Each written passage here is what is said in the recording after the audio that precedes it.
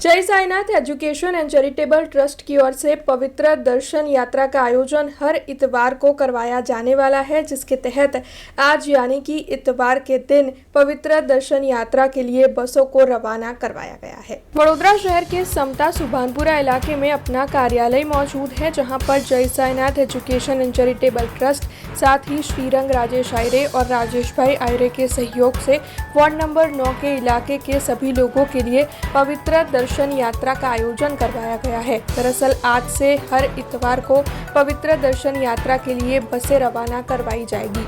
उसी के तहत आज वार्ड नंबर 9 के युवा councillor Shrirang Rajesh Ayre, ward number 9 के पूर्व काउंसिलर राजेश आयरे, साथ ही पूर्व काउंसिलर पूर्णिमाबेन आयरे, नगर प्राथमिक शिक्षा समिति के सदस्य विजय पटेल और साथ ही कार्यकरों की मौजूदगी में पवित्र दर्शन यात्रा के लिए बसों को रवाना करवाया गया है।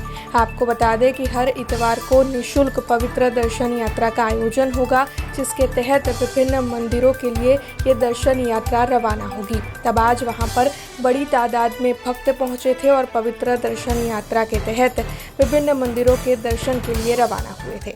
इलेक्शन वोर्ड नंबर 9 में आवता जे तमाम नगरजनों છે, વર્ષોથી જે લોકોએ અમારા પર વિશ્વાસ રાખ્યો છે, તમામ લોકો પર આજના દિવસે પવિત્ર દર્શન યાત્રાની અમે શરૂઆત કરવા જઈ રહ્યા છે। સૌપ્રથમ અમારા જે વિસ્તાર છે, ગુજરાત હાઉસિંગ બોર્ડની અંદરથી આ પ્રવાસની શરૂઆત કરી છે, ત્યારે આ યાત્રાની શરૂઆત કરી છે। તો જે પણ લોકો અમારી સાથે જોડાયા છે, તમામ અમૃતનગર, વ્રજભૂમિ, વૈકુંઠ અને જગન્નાથ સોસાયટી આમ કરીને તમામ સોસાયટીઓનો સમાવેશ કરવામાં આવ્યો છે। આજના દિવસે કષ્ટભંજન દેવ હનુમાનજી સાથે કોટ ગણેશ એટલે ગણપતિ બાપાના મંદિરે અને ધર્મજ જલારામ બાપાના મંદિરે આમ યાત્રાની રૂટરેખા રાખવામાં આવી છે। આ તમામ તીર્થ સ્થાને તેમને દર્શન કરાવવામાં આવશે। ત્યારબાદ તેમને વડોદરા જેવી રીતે લાવ્યા છે તેવી રીતે તેમને પરત ફરાવવાના છે। તમામ તે લોકોની લાવવાથી લઈ જવાની વ્યવસ્થા પણ કરવામાં આવી છે। સાથે જે પણ લોકો હજુ રજીસ્ટ્રેશન કરાવવા માંગતા હોય તો પોતાની સોસાયટીના પ્રમુખ અથવા મંડળના તમારા ગણેશ મંડળ કે ભજન મંડળના જે પ્રમુખ હોય તેમના માધ્યમથી તમે એક લિસ્ટ બનાવો। એક લિસ્ટ બનાવીને તમે અમને સૂચિત કરો કે અમારા ત્યાં આટલી સંખ્યા થયેલી છે, તો એ સંખ્યાના માધ્યમથી અમે આપના સુધી પહોંચીશું। અમારા જે પણ રવિવારની અંદર વ્યવસ્થા થતી હશે રવિવારના પ્રમાણે આપને અમે કોન્ટેક્ટ કરવાના પ્રયત્ન કરીશું। જે પણ રવિવાર પ્રમાણે જો વ્યવસ્થા થઈ જશે તો ચોક્કસથી ઇલેક્શન વોર્ડ નંબર 9 માં આવેલા તમામ લોકોને અમારે તેમને તીર્થ સ્થાને દર્શન કરાવવાના છે। અને એ જ એટલે કે આ પવિત્ર દર્શન યાત્રાની અંદર આપને પણ અમને લાભાર્થી બનાવવાના છે। તો તે જ ઉદ્દેશથી આ પવિત્ર દર્શન યાત્રાની શરૂઆત કરી છે।